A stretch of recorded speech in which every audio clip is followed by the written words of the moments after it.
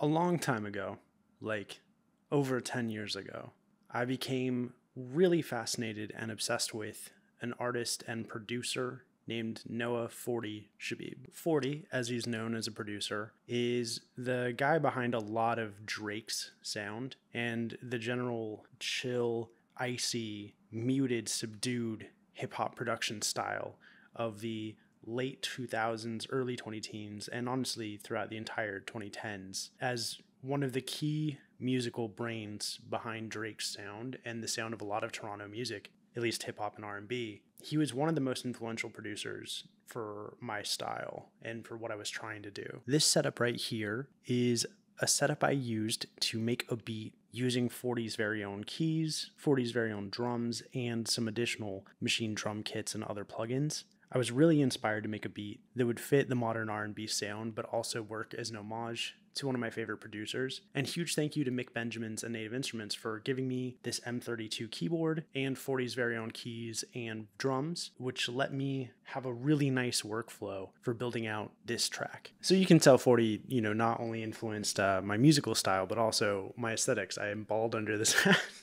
No, but seriously, I can't stress enough how much this dude really inspired me as a musician, and kind of like, I never want to just be an emulation of someone else's style, but he definitely pushed music in a direction that I was really inspired by and wanted to follow. And so I'm pretty stoked with the beat I made here. And you will note that this is a little different than my standalone type setups. I did have to use the Machine Plus in controller mode because these plugins aren't available in standalone. And some of the plugins I used, I don't know if it could handle in standalone. I think there's a lot of questions in the community as far as why the Play Series doesn't work in standalone. I can't answer that today. My guess would be RAM limitations, because most of the Play Series are really sample heavy and they're pulling samples directly from RAM, would be my guess.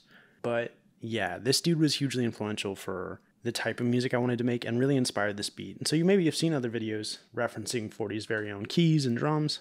But honestly, sometimes when I watch those videos, it seems like people don't know who he is or like care who he is. And to me, this is just such a monumental moment that this even exists and that we can now use these sounds. And so again, a huge thank you to Mick Benjamins and the team at Native Instruments. I honestly thought they would never want to work with me because I've been fairly critical of the Machine Plus. Although I have highlighted where it's great, I have also highlighted the issues I've had.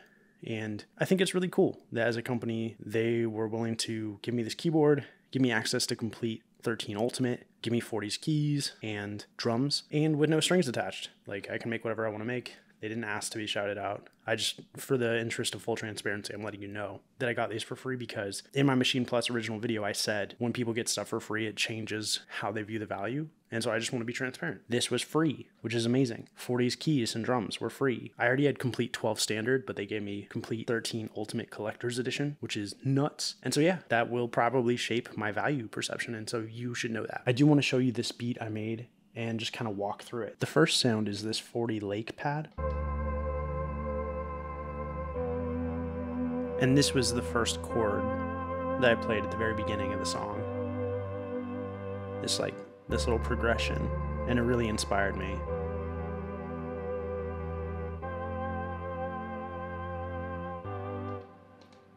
After that, we have this piano.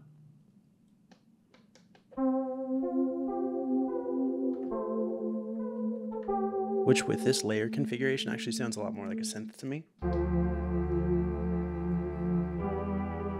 And this already has that feeling, right?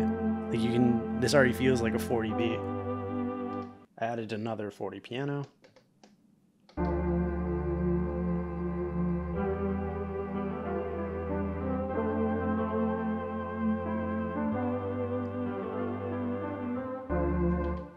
And when I build out my songs, I actually do build them out in scene view. So the original scene was this one, I believe, and I'll unmute everything.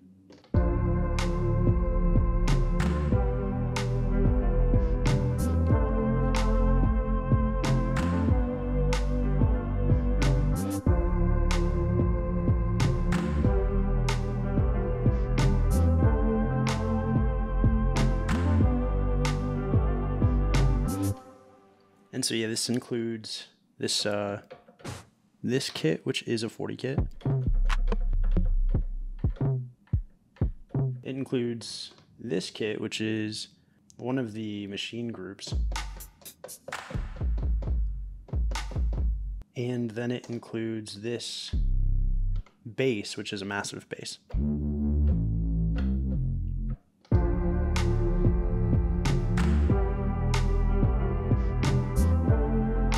And so when I was producing, I was using the keyboard here, which gives me access to these controls, which map up with the knobs on the machine, which is cool. And then I was also using the pads on the machine for drum programming. And I was building out in scenes view. And when I produce, I do tend to just use the hardware. I'm actually not super familiar with the software, although it was useful for note editing and stuff versus just doing that on the machine proper. So after I made that, I needed to make a verse to go with it. So this is the first part of the verse.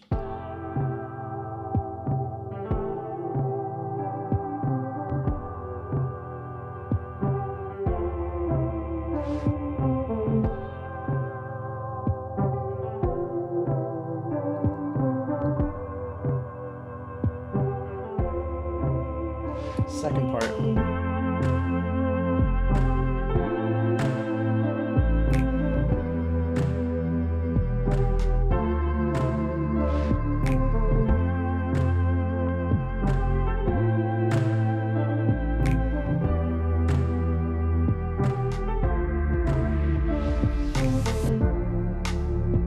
And so there's a lot of layers going on in there. Usually what I do is I build out a scene and then I will go back and add automation and then add additional samples. So for example, if we look at this one here, we can see that there's, additional layers going on. There's this ride here. And that leads us back into the next chorus.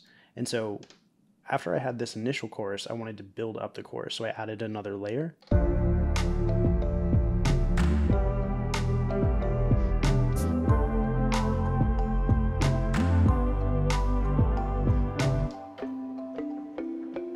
This thumpian, which is a CMI V or CMI 5 from the Arturia V collection, which is an NKS, which is cool. This is a reason I do like working with the computers, because I have access to my NKS plugins and I have the whole V collection, I think 7. I don't have the most recent version. What is this one? Oh yeah.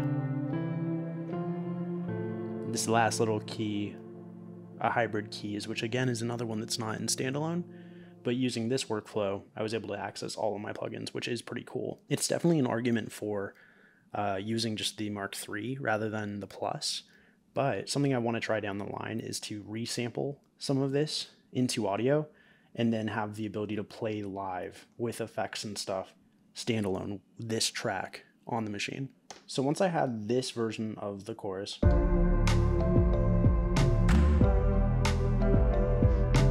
I wanted to make a bit of a transition.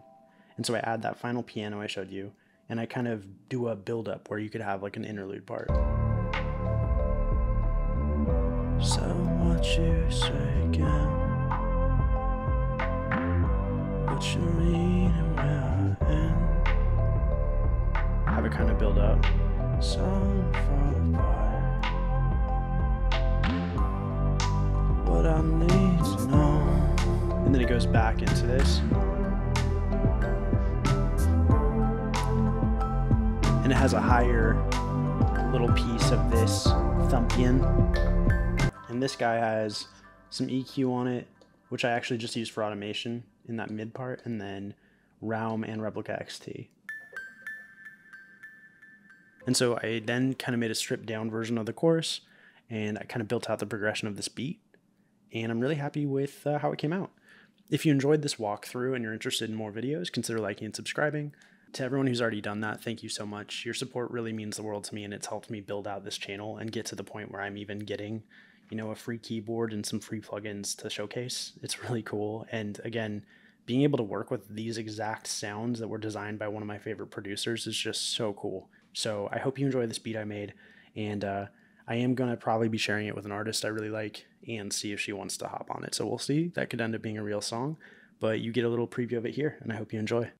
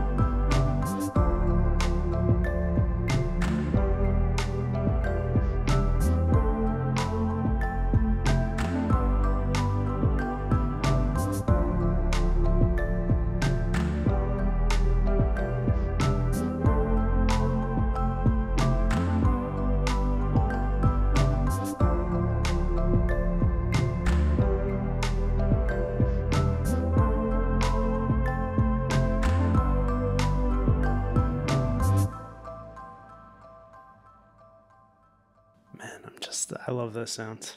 I hope you enjoyed the beat. Thank you for watching if you're still here, and I'll catch you soon. Peace.